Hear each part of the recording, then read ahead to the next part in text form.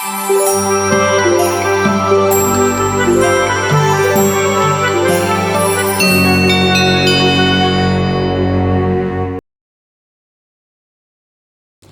jadi di sini aku memberikan terkait tujuan dari adanya video instruksional ini. Yang pertama, itu adalah menawarkan konsep dari self-determined learning itu sendiri. Yang kedua adalah menawarkan bagaimana cara kita untuk mempelajari atau membuat jadwal yang lebih realistis dan fleksibel.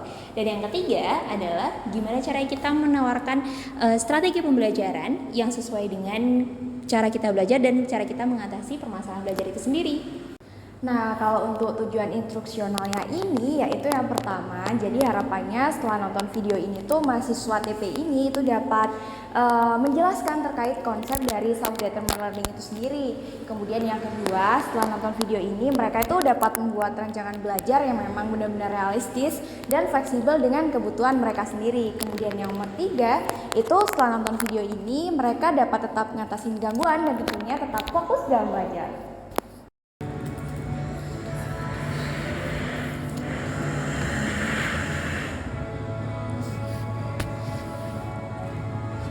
Duh, gimana sih?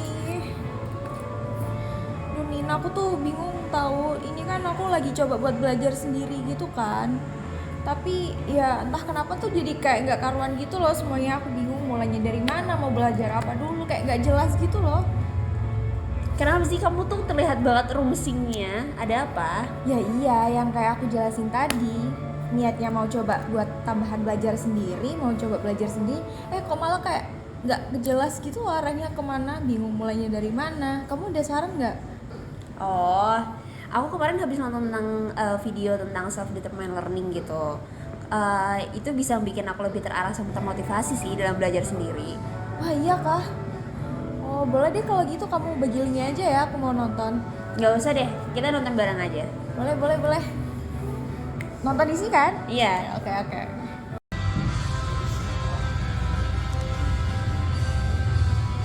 Halo teman-teman, selamat datang di video kali ini yang akan membahas terkait self-determined learning.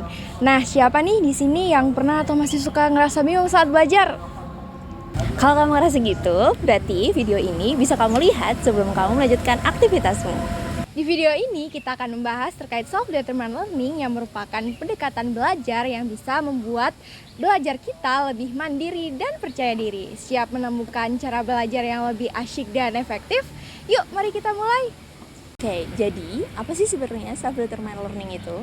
Self-determined learning itu merupakan suatu proses di mana yang kita memiliki kendali penuh atas bagaimana dan apa yang akan kita pelajari. Mulai dari gimana cara kita nentuin apa yang mau kita pelajari, mengapa kita mempelajari itu, bagaimana tujuan belajarnya, dan bagaimana cara kita memilih metode yang sesuai dengan kita, dan yang terakhir, bagaimana cara kita mengevaluasi pembelajaran itu. Misalnya, ketika kamu ingin mempelajari suatu topik tertentu nih, nah dengan SDL ini kamu tidak perlu menunggu pengajaran atau materi yang diberikan oleh dosen. Kamu bisa cari tahu sendiri dan tentunya memilih sumber atau referensi yang kamu anggap paling bermanfaat dan tentunya yang sesuai dengan gaya belajarmu.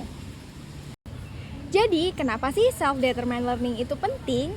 Pertama, SDL itu dapat meningkatkan motivasi yang ada dalam diri kita. Ketika kita memiliki kontrol atas proses belajar kita dapat lebih termotivasi dan merasa memiliki kendali atas masa depan kita. Selain itu, SDL juga membantu kita untuk mengembangkan keterampilan hidup yang penting. Kita bisa belajar buat disiplin, gimana cara buat ngambil keputusan, dan gimana kita bisa buat ngatasin kesulitan yang pernah kita alami. Nah, semua keterampilan ini itu nantinya akan berguna di masa depan nantinya. Tapi gimana kalau aku ngerasa kesulitan waktu aku belajar sendiri? Nah, pertanyaan bagus tuh. Jadi di SDL ini kita tuh emang diajarin loh gimana caranya buat ngatasin kesulitan dan gangguan yang mungkin kita alamin saat belajar. Selanjutnya adalah mengidentifikasi kebutuhan belajar. Jadi kamu harus tahu dulu nih materi apa yang mau kamu pelajarin sebelum merancang bagaimana dan di mana kamu akan belajar, termasuk sumber daya dan metode yang sesuai. Selanjutnya, menentukan tujuan belajar. Cobalah untuk membuat tujuan belajar yang smart. Tujuan yang smart? Kayak gimana tuh maksudnya? Jadi maksud tujuan yang SMART itu adalah specific, measurable, achievable, relevant, dan time bound. Gimana tuh contohnya? Contoh tujuan yang SMART itu, aku ingin menguasai konsep aljabar selama 4 minggu. Dengan belajar 3 kali seminggu selama 1 jam, maka tujuan belajarmu akan lebih jelas dan terukur.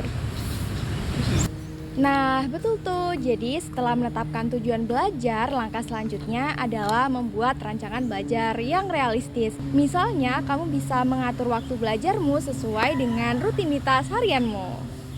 Tapi aku kadang males kalau belajar tiap hari. Ya nggak masalah sih, di SDTL ini tuh yang paling utama atau yang paling penting itu adalah konsistensi. Jadi kamu bisa membuat jadwal belajar yang memang benar-benar fleksibel, yang emang kamu nyaman dan paling sesuai dengan kamu. Entah itu di sore hari, siang hari, ataupun malam hari. Nah, misalnya di minggu pertama kamu bisa fokus untuk mempelajari terkait pengenalan aljabar. Nah, di minggu kedua mungkin kamu bisa beralih ke latihan-latihan soal dan seterusnya. Nah, dengan mempunyai rancangan belajar yang jelas, jadwal belajar yang jelas, kamu tuh bisa tahu nih, oh oke, aku minggu ini akan belajar apa ya, minggu selanjutnya akan belajar apa. Seperti itu. Selanjutnya adalah memantau dan mengevaluasi diri. Coba deh kamu meluangkan sedikit waktu pada akhir pekan untuk merefleksikan materi apa aja yang udah kamu pelajari. Emang kegiatan refleksi apa yang harus aku lakuin? Kamu bisa melakukan pencatatan yang berisi progres kemajuan ataupun kesulitan materi yang kamu alami. Contohnya, waktu kamu belajar terkait aljabar, kamu bisa nih nulis materi aljabar apa yang sekiranya sulit, yang nantinya kamu bisa melihat tutorialnya di YouTube ataupun bertanya kepada teman.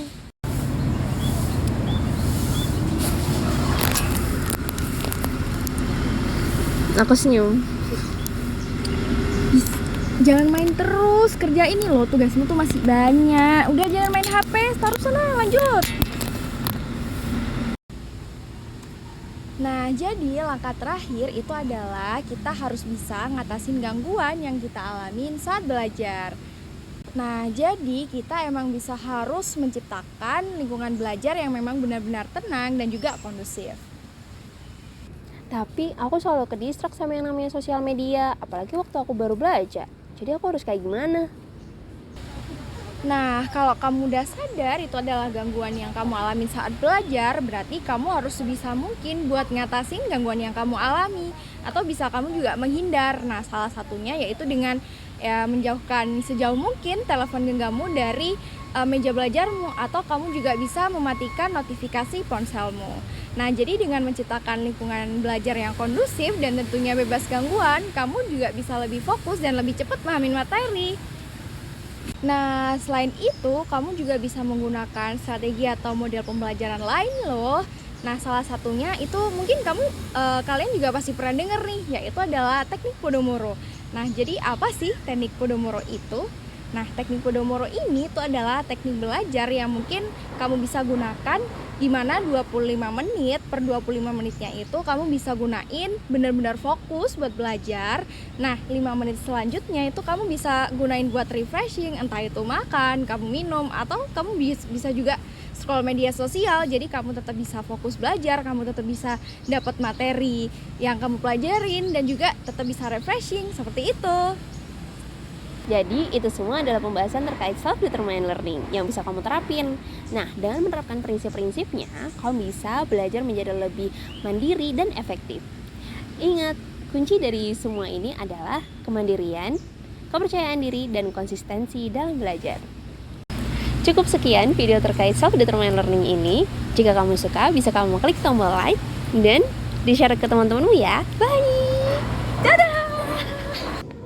Gimana? Jadi sekarang udah kebayangkan apa itu self-determined learning? Iya sih Min, sumpah video yang kamu kasih tuh barusan emang benar-benar berguna banget sih. Aku tuh kayak udah merasa nggak bingung lagi gitu loh. Habis nonton video ini aku jadi tahu apa yang mau aku pelajarin. Terus emang tujuan belajarnya aku tuh emang harus dipikirin dulu gitu kan.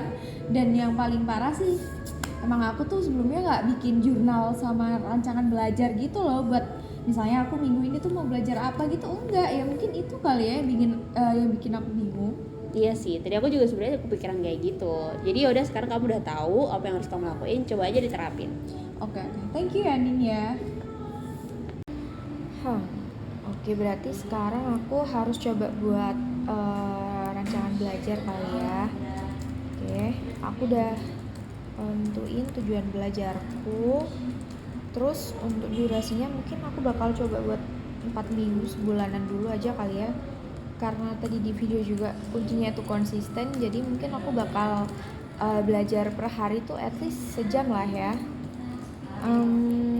Kalau di minggu pertama nih aku bakal coba buat, mungkin bakal review tenses yang udah aku pelajarin sebelumnya, sama mungkin sama nguasain beberapa, coba belajar vocab lagi kali ya, sama coba latihan writing, sama di hari kelimanya di akhir minggu tuh aku bakal coba kerjain kuis gitu buat tahu oh kiranya aku udah paham belum ya materi yang aku pelajarin hari ini. Oke, berikutnya di minggu selanjutnya aku bakal coba belajar terkait conditional sentence, terus latihan listening, terus aku coba buat latihan speaking kali ya, sama yang terakhir mungkin coba latihan nulis esai sama ngobrol-ngobrol lagi sih, latihan speaking paling. Itu dulu aja kali ya.